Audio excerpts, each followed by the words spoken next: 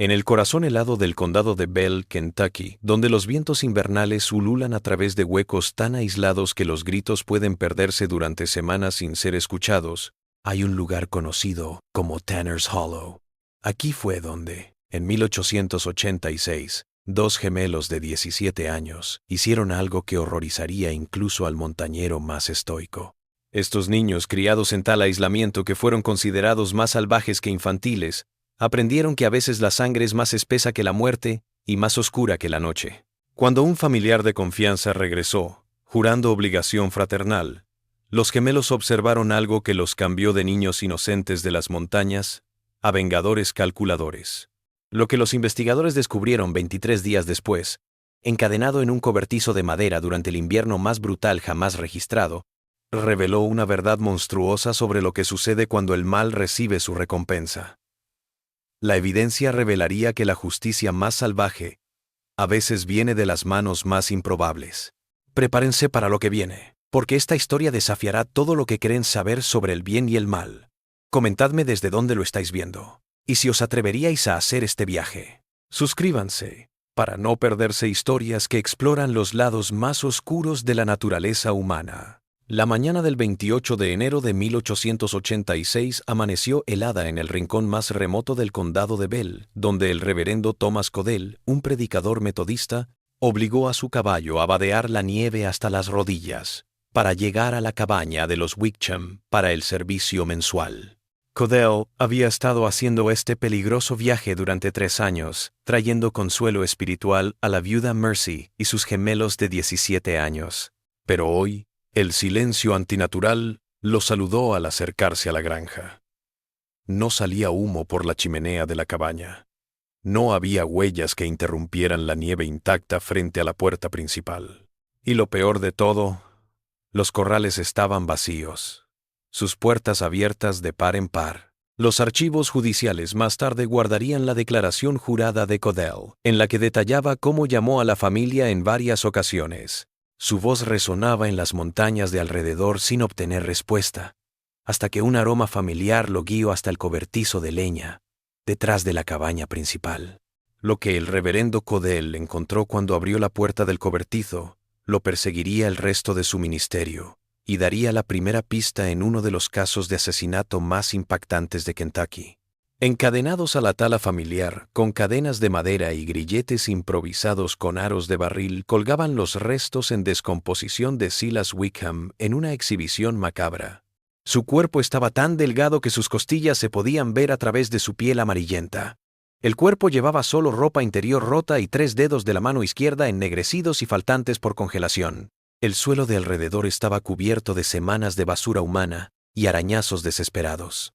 Las notas de la posterior investigación del sheriff Elijah Ramsey, archivadas en el juzgado del condado de Bell, registraron arañazos en la viga superior donde la víctima había contado 23 días de cautiverio antes de morir por exposición, inanición y gangrena.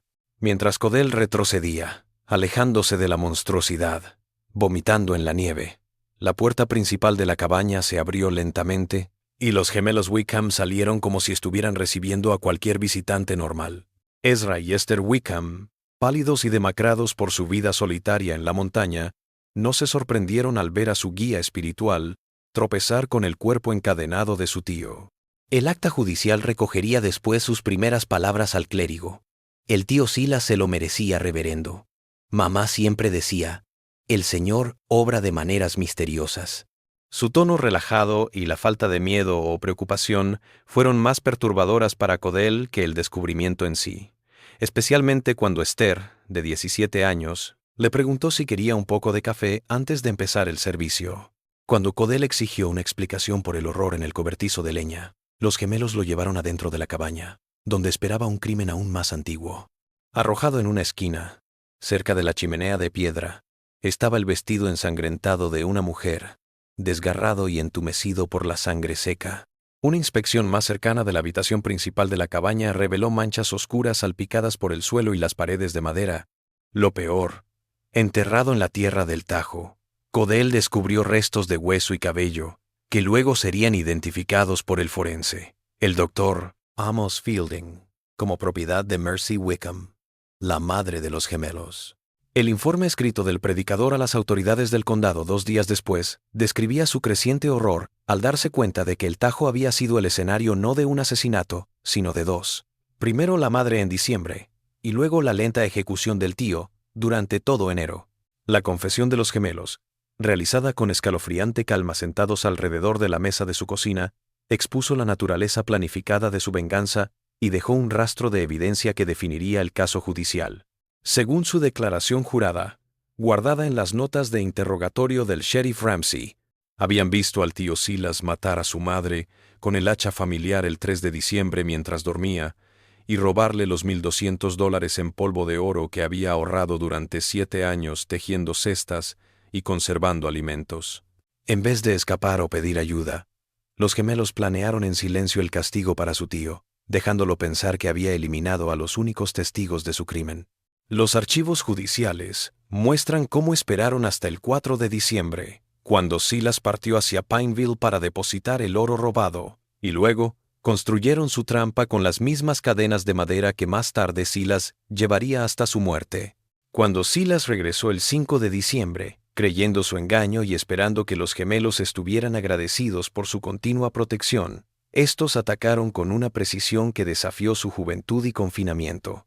Con técnicas de caza que habían aprendido por obligación en las montañas, sometieron a su tío, lo desnudaron casi por completo y lo ataron en el mismo tajo en el que había matado a su madre 24 horas antes.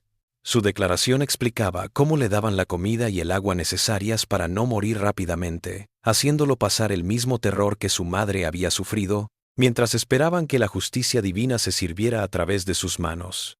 La evidencia física que apoyaba su historia, los grilletes improvisados, la escena del crimen organizada y las marcas desesperadas de conteo de Silas, demostraron que dos adolescentes habían planeado y llevado a cabo una venganza que satisfaría tanto la justicia legal como el sentido de la comunidad sobre el castigo bíblico. El hallazgo en Tanner's Hollow trajo la promesa de que ambos asesinatos finalmente serían llevados ante la justicia con evidencia tan abrumadora que la justicia parecía segura para todos los involucrados en esta tragedia de montaña. El sheriff Elijah Ramsey llegó a la granja de los Wickham el 30 de enero. Su formación como explorador del Ejército de la Unión reconoció inmediatamente la naturaleza ordenada de la escena del crimen que encontró en Tanner's Hollow. A diferencia del horroroso descubrimiento del reverendo Codell 2 días antes, Ramsey entró en la investigación con precisión militar, tomando nota de la evidencia que ayudaría a demostrar la naturaleza calculadora de los gemelos en el asesinato de su tío. Sus notas manuscritas, archivadas en el juzgado del condado de Bell, describen el hallazgo de claras marcas de arrastre desde la puerta trasera de la cabaña hasta el cobertizo de leña, lo que sugiere que Silas Wickham había sido arrastrado inconsciente o maniatado hasta su prisión. Los bocetos del sheriff revelan un camino de tierra arrastrada que sugiere que la víctima había sido arrastrada unos 30 metros por el suelo congelado, cubierto parcialmente por la nieve del invierno, pero no borrado. En el cobertizo de leña, el examen forense de Ramsey encontró signos de tortura sistemática, que descartaban un simple asesinato por venganza en el calor del momento. Los archivos judiciales describen su hallazgo de una cámara de tortura improvisada, en la que cada elemento estaba diseñado para infligir sufrimiento y asegurar la muerte de la víctima. Las cadenas de madera que amarraban a Silas al tajo habían sido puestas para permitirle un movimiento mínimo, manteniéndolo en cuclillas, lo que le provocaría calambres musculares agonizantes, y no podía acostarse a descansar. Lo más perturbador, Ramsey descubrió arañazos grabados en la viga de madera directamente encima de la cabeza de la víctima, un calendario tosco que contaba cada día de cautiverio con meticulosidad. Las notas de la investigación del sheriff enumeran 23 marcas separadas, cada una grabada con lo que parecía ser una uña o una piedra afilada, lo que demuestra que Silas había estado consciente y atento durante todo su largo tormento. Como militar que había estado en el campo de batalla, Ramsey había aprendido a detectar cosas que las autoridades civiles podrían pasar por alto, como las tácticas de guerra psicológica que los gemelos usaban para torturar mentalmente a su tío.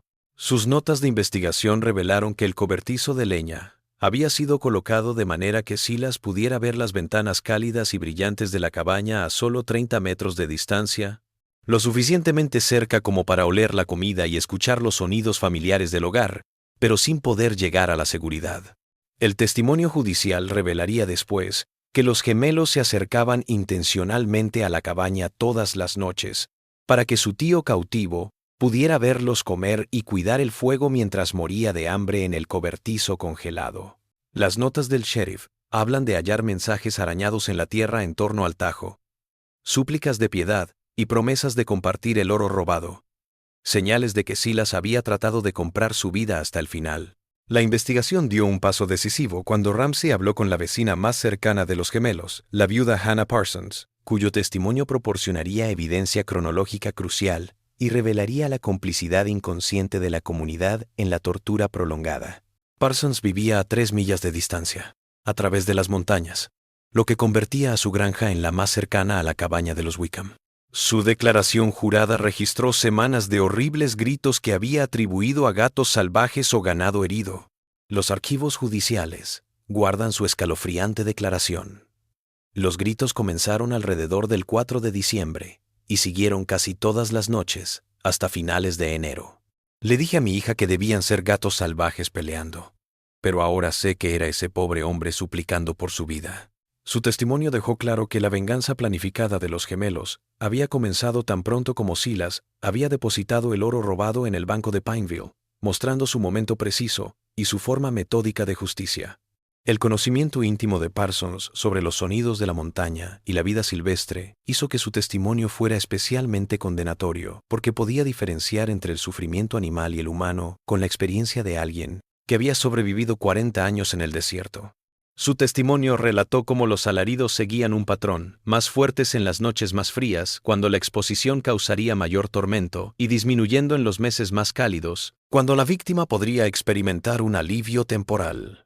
Lo más importante, declaró que los gritos cesaron el 26 de enero, 2 días antes del hallazgo del reverendo Codell, determinando así el momento exacto de la muerte de Silas Wickham por exposición combinada, inanición e infección.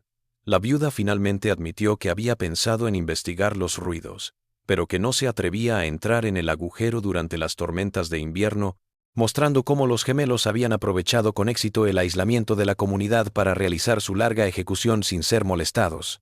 La investigación continua del sheriff Ramsey destapó la forma en que los gemelos se habían preparado meticulosamente, planificando su venganza con precisión militar en lugar de un arrebato de furia. Los papeles de la corte revelan que ella descubrió que la cadena de madera que había mantenido a Silas en cautiverio había sido robada del aserradero de Morrison, 5 millas río abajo, lo que obligó a los gemelos a realizar un peligroso viaje invernal solo para obtener los materiales para encarcelar a su tío. Los grilletes improvisados con aros de barril mostraban un trabajo experto en metal, lo que sugería que los gemelos habían afinado su sistema de sujeción antes de capturar a su presa. Lo más aterrador, Ramsey descubrió que los gemelos habían estado usando la cámara en ganado, perfeccionando su técnica en animales de granja para garantizar la máxima eficacia en su objetivo humano. La evidencia física emergente reveló la imagen de 2 niños de la montaña de 17 años, que se habían convertido en verdugos fríos y calculadores, conspirando en la muerte de su tío mientras él permanecía ajeno al descubrimiento y al castigo. Las declaraciones judiciales de febrero de 1886 comenzaron a reconstruir el crimen inicial que desencadenó la venganza planificada de los mellizos, mostrando el método de Silas Wickham para matar a su cuñada y la evidencia que finalmente justificaría su terrible castigo. La viuda Hannah Parsons rindió un testimonio clave sobre la llegada de Silas el 1 de diciembre, cuando dijo que se preocupó fraternalmente por la familia aislada, pero luego comenzó a tomar medidas sospechosas que parecían más un asesinato premeditado que una ayuda familiar. Su declaración jurada, archivada en el juzgado del condado de Bell, relató haber presenciado a Silas medir las paredes interiores de la cabaña con cuidado, patear las tablas del suelo con el talón de su bota y examinar la chimenea de piedra con la intensidad de alguien que busca compartimentos ocultos. Los archivos judiciales muestran que Parsons inicialmente atribuyó su conducta a la curiosidad por la granja de su difunto hermano, pero su búsqueda sistemática en cada rincón y hendidura indicaba que sabía que había oro escondido allí, no que simplemente estuviera interesado en la propiedad de su hermano. El examen forense de los restos de Mercy Wickham, llevado a cabo por el Dr. Amos Fielding, El perito forense que aportó la evidencia forense para determinar la brutalidad de su asesinato y corroborar el testimonio de los gemelos como testigos oculares del ataque de su tío. Su informe de autopsia oficial, entregado al condado el 5 de febrero, registró heridas defensivas en las manos y los antebrazos de Mercy, lo que demuestra que se había despertado durante el ataque y luchó contra su agresor antes de que el golpe mortal le destrozara el cráneo. Los trozos de hueso incrustados en el tajo coincidían con la herida mortal en el cráneo de Mercy, lo que demostraba que Silas había utilizado el hacha familiar para cortar leña para matarla en el mismo lugar en el que los gemelos lo encadenarían para su larga ejecución. Lo peor de todo, el informe de Fielding mostró que la fractura del cráneo se había infligido con gran fuerza desde arriba, lo que sugiere que Mercy estaba acostada boca abajo cuando cayó el hacha, lo que demuestra que Silas la había golpeado mientras estaba indefensa y posiblemente inconsciente. El móvil económico del asesinato de Mercy quedó claro cuando el sheriff Ramsey destapó registros bancarios del primer Banco Nacional de Pineville que mostraban un depósito de $1,200 en oro en polvo realizado por Silas el 4 de diciembre, el día después de la muerte de su cuñada. Los archivos judiciales guardan el testimonio del presidente del banco, Harrison Mills, quien declaró que Silas llegó el día de la apertura visiblemente alterado e insistió en que se depositara la gran suma inmediatamente, a pesar de no tener una cuenta local ni referencias. El polvo de oro que el ensayador del banco había examinado coincidía con el que se había descubierto en el alijo de dinero oculto de Mercy debajo de las tablas del suelo de la cabaña, evidencia indiscutible de que Silas había matado a la viuda de su hermano para robar sus ahorros de toda la vida. El testimonio de Mills indicó que Silas dijo que el oro eran reclamos mineros familiares heredados, pero los registros del condado no mostraron propiedades familiares Wickham registradas, revelando su mentira y probando su robo de la fortuna de Mercy. El hallazgo de las entradas del diario de Mercy Wickham debajo de las tablas sueltas durante la búsqueda exhaustiva del sheriff Ramsey en la cabaña arrojó evidencia escalofriante de su creciente terror en las semanas previas a su asesinato y la preparación metódica de Silas para su ataque mortal. Sus anotaciones manuscritas desde mediados de noviembre hasta principios de diciembre registraron las visitas cada vez más frecuentes de su cuñado y sus preguntas incesantes sobre las finanzas familiares, los ahorros ocultos y la supuesta riqueza minera de su difunto esposo. El testimonio judicial expuso su creciente temor a través de entradas de diario cada vez más desesperadas. Silas vuelve a preguntar por el dinero de James, inspecciona la cabaña con la mirada. Los niños huelen el peligro. Su última entrada, del 2 de diciembre, y escrita con mano vacilante, ofrecía una advertencia profética. Él sabe lo del oro. Dios me ampare a mis bebés, si algo me pasa. El análisis de manchas de sangre del Dr. 4. Fielding en la cabaña corroboró el macabro relato de los gemelos sobre el asesinato de su madre y el punto exacto que los transformó de niños inocentes de las montañas en vengadores calculadores. Su autopsia reveló signos de que Mercy había sido golpeada mientras estaba en su litera y que la sangre arterial había salpicado hasta la pared opuesta de la cabaña, donde estaban las literas de los gemelos. Los archivos judiciales muestran que Fielding llegó a la conclusión de que el ataque tuvo lugar por la noche mientras la familia dormía, lo que significa que Ezra y Esther, de 17 años, se habrían despertado para presenciar cómo su tío partía el cráneo de su madre con el hacha familiar. La evidencia de sangre demostró que Mercy había sido asesinada frente a sus hijos, quienes escaparon por la ventana trasera de la cabaña mientras Silas buscaba el oro escondido que había provocado su salvaje crimen. La confesión completa de los gemelos, recogida por el sheriff Ramsey en largas horas de interrogatorio, reveló cómo se habían ocultado en el bosque cercano mientras su tío festejaba su robo y comenzaba a planear el crimen perfecto. El testimonio en la corte reveló que observaron a Silas arrastrar el cuerpo de su madre al cobertizo de leña, meter su ropa ensangrentada en una esquina y pasar horas limpiando la cabaña para borrar cualquier rastro de su ataque mortal. Su testimonio presencial narró cómo Silas localizó el escondite de oro de Mercy, justo donde lo había ocultado bajo las tablas del suelo junto a la chimenea de piedra, y restauró la cabaña a su estado original antes de partir hacia Pineville para depositar su botín robado. La confesión de los gemelos reveló que habían planeado la tortura y asesinato de su tío durante las 24 horas que pasó en la ciudad, aprovechando su ausencia para robar las cadenas madereras y preparar su cámara de tortura improvisada mientras él creía estar fuera del alcance de la justicia o la venganza. Las actas del interrogatorio del sheriff Ramsey a los mellizos Wickham en 3 sesiones distintas en febrero de 1886 revelaron la atroz metodología de su ejecución de 23 días del tío Silas y el cálculo escalofriante que convirtió a 2 niños de la montaña en agentes de justicia bíblica. Los archivos judiciales guardan la confesión fría de los gemelos sobre cómo sometieron a su tío cuando regresó de Pineville, utilizando trampas de caza y habilidades de supervivencia que habían perfeccionado durante años en el terreno más salvaje de Kentucky. Su fría narración, sin arrepentimiento ni emoción, describió cómo desnudaron a Silas en el frío de diciembre hasta su ropa interior y lo arrastraron hasta el cobertizo de leña, donde lo encadenaron al mismo tajo en el que había partido el cráneo de su madre solo 24 horas antes. La confesión de los gemelos resaltó la justicia poética de la situación del tío, arrodillado ante la mancha de sangre donde había matado, mientras esperaba su muerte por exposición e inanición. La forma metódica de venganza de los gemelos se reveló a través de la evidencia física, la cual mostraba su tortura meticulosa del sufrimiento prolongado de Silas para maximizar el tormento psicológico, garantizando su muerte. Las notas del sheriff relataron su confesión de haber dado raciones medidas de comida y agua, lo suficiente para evitar una muerte rápida, pero insuficiente para mantenerlo vivo, obligando a su tío a soportar el mismo terror que su madre había soportado, sabiendo que cada día lo acercaba más al castigo de Dios. El testimonio judicial reveló que los gemelos alimentaban a Silas con gachas ralas preparadas con restos de comida de la mesa una vez cada 3 días, y una taza de nieve derretida que frecuentemente se congelaba antes de que pudiera consumirla, en un ciclo de esperanza y desesperación que aceleró su deterioro físico.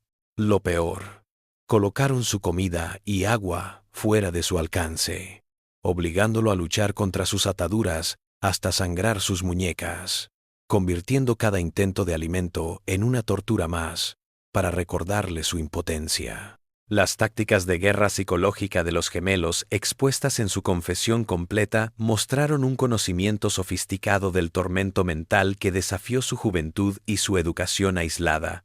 Los archivos judiciales atestiguan su práctica cotidiana de leer himnos bíblicos de venganza divina mientras Silas escuchaba encadenado en los que se anunciaban castigos para los derramadores de sangre inocente, castigos que Silas veía cumplirse. Su confesión detalló la elección de ciertas citas bíblicas de la Biblia de su madre, en especial de Deuteronomio y Levítico, que hablaban de ojo por ojo y justicia divina por asesinato, proporcionándole un marco religioso para lo que iba a hacer y atormentando a su víctima con su inminente destino. Los gemelos le contaron al sheriff Ramsey cómo se quedaban fuera del cobertizo de leña durante las lecturas, lo suficientemente cerca para que Silas escuchara cada palabra, pero lo suficientemente lejos como para estar fuera de su alcance desesperado, sumando tormento espacial a su guerra espiritual. La prueba de la crueldad premeditada de los gemelos llegó en un testimonio que decía cómo movían sus quehaceres diarios más cerca del cobertizo de leña cada día, para que su tío encadenado pudiera ver el calor y la comodidad que nunca volvería a sentir. Los archivos judiciales guardan su confesión de cómo prendían fuegos para cocinar frente a las ventanas del cobertizo de leña, preparaban elaboradas comidas cuyos aromas tentadores llenaban el aire y realizaban las tareas domésticas habituales, destacando la exclusión de Silas del consuelo y la compañía humana. Las notas del sheriff confirman que solían cenar fuera de la puerta del cobertizo de leña, para que su tío pudiera escuchar la vida continuando mientras moría lentamente encadenado, una forma de tortura psicológica para acompañar su deterioro físico. Los gemelos dijeron que lo habían visto a través de las rendijas en las paredes del cobertizo de leña tratando de llegar al calor y la luz, sus desesperados movimientos limitados por cadenas que se clavaban más profundamente en su carne con cada esfuerzo inútil. El deterioro gradual de Silas Wickham, capturado en las notas clínicas de los gemelos que tanto observaron como experimentaron con su tío, reveló su desapego por el sufrimiento de su tío y su fascinación por estudiarlo mientras se acercaba a la muerte. Su testimonio describió cómo la congelación le costó 3 dedos de su mano izquierda en la segunda semana de enero, cuando las temperaturas se mantuvieron bajo cero durante 6 noches seguidas, y cómo vieron extenderse la gangrena por su brazo sin ofrecerle ninguna atención médica. El testimonio judicial dejó constancia de su gélida crónica de su deterioro físico, la progresiva pérdida de peso hasta hacer visibles sus costillas a través de la piel amarillenta, las llagas infectadas donde las cadenas le rozaban las muñecas y los tobillos, y el delirio que le invadió en sus últimos días de lucidez. Los gemelos relataron cómo su tío suplicó por su vida, prometiendo entregar el oro robado y pidiendo perdón, pero ellos permanecieron inmutables ante sus ruegos, considerando su agonía como la justicia divina ejecutándose a través de sus manos. Los últimos instantes de la vida de Silas Wickham, preservados en el testimonio de los gemelos al sheriff Ramsey, finalmente revelaron su venganza premeditada y el punto exacto en que la justicia de la montaña encontró su horrible conclusión. Los archivos judiciales recogen el testimonio de los gemelos sobre las últimas palabras lúcidas de su tío el 25 de enero, mientras la infección y la exposición finalmente superaban su cuerpo. Nunca quise matarla, solo quería el oro. Dios me perdone por lo que le hice a Mercy.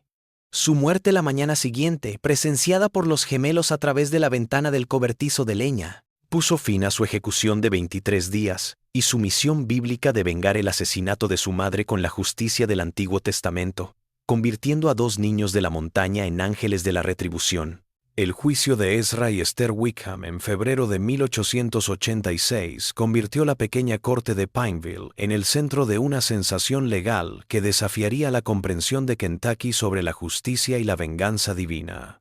Los archivos judiciales muestran cómo el fiscal Benjamin Hayes batalló para llevar ante la justicia a 2 jóvenes de 17 años que torturaron y asesinaron a su tío, tras presenciar el asesinato de su madre apenas unas semanas antes.